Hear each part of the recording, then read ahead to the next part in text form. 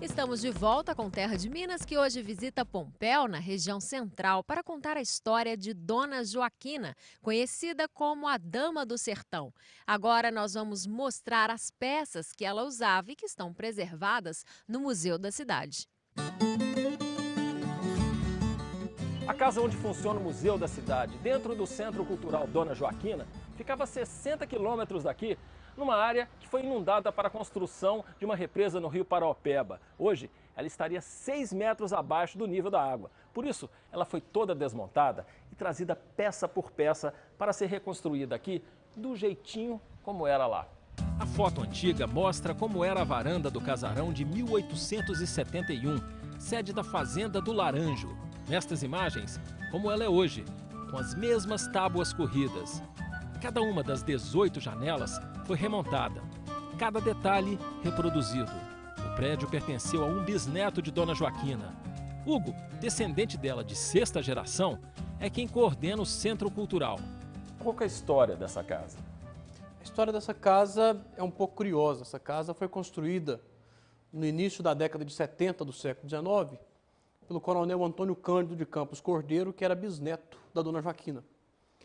E em 2009, 2010, com a construção da usina hidrelétrica Retiro Baixo, essa casa foi, por ser um bem inventariado do município de Pompéu, ela foi desmontada do seu local de origem e trazida para dentro de Pompéu para sediar o Museu da Cidade, inserido dentro do Centro Cultural Dona Joaquina do Pompéu, onde nós estamos.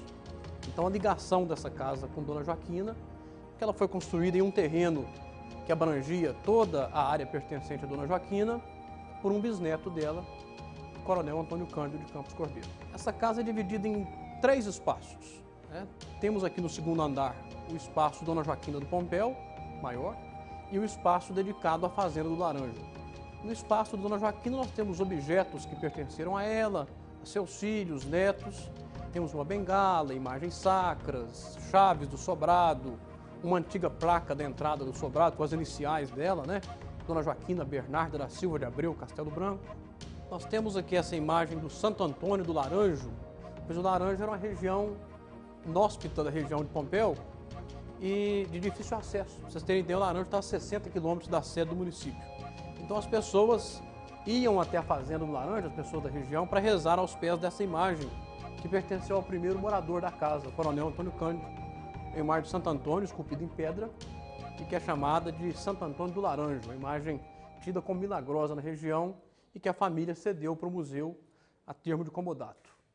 Temos também aqui uma peça interessante, que é um cabo de chibata, que também pertenceu ao coronel Antônio Cândido, que ela secretamente guarda um punhal e que aparece na única foto existente dele, ao lado de sua mula, no final do século XIX.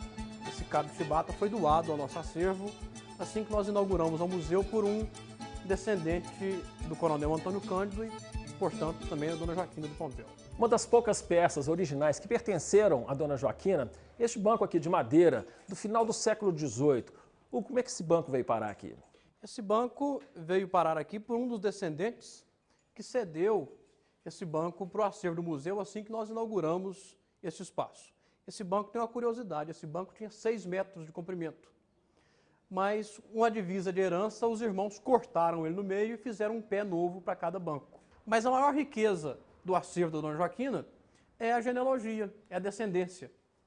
Tantas pessoas que trabalharam e promoveram Pompéu, Minas Gerais e o Brasil, e aqui nós temos uma galeria de fotografias antigas de descendentes de primeira leva, netos, bisnetos, filhos, né?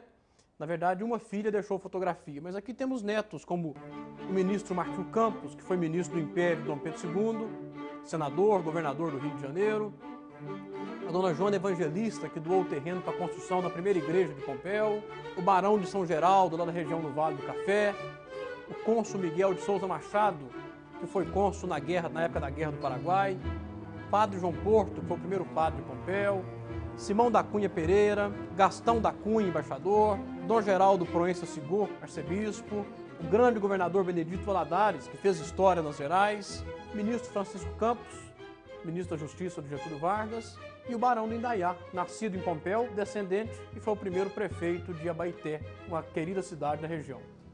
E uma família numerosa, né? Vários herdeiros espalhados pelo Brasil e alguns ilustres. Ilustres, né? Nós temos aí Padre Marcelo Rossi, que mesmo sendo paulista, os avós saíram jovens aqui de Pompéu e foram para São Paulo.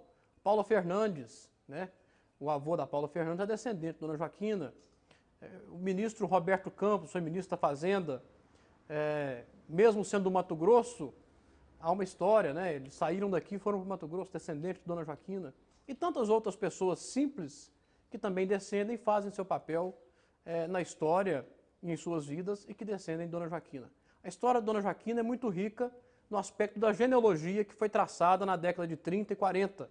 Então existe um estudo, nós somos hoje cerca de 60, 70 mil pessoas que descendem de Dona Joaquina e há uma comprovação genealógica em livros confirmando todo esse aspecto. Os descendentes se enchem de orgulho para falar sobre a matriarca da região, a ligação com a nobreza. Felipe, que conversou com a gente aqui, é um deles. Sou representante do título de Barão de São João Marcos pela Casa Real Portuguesa.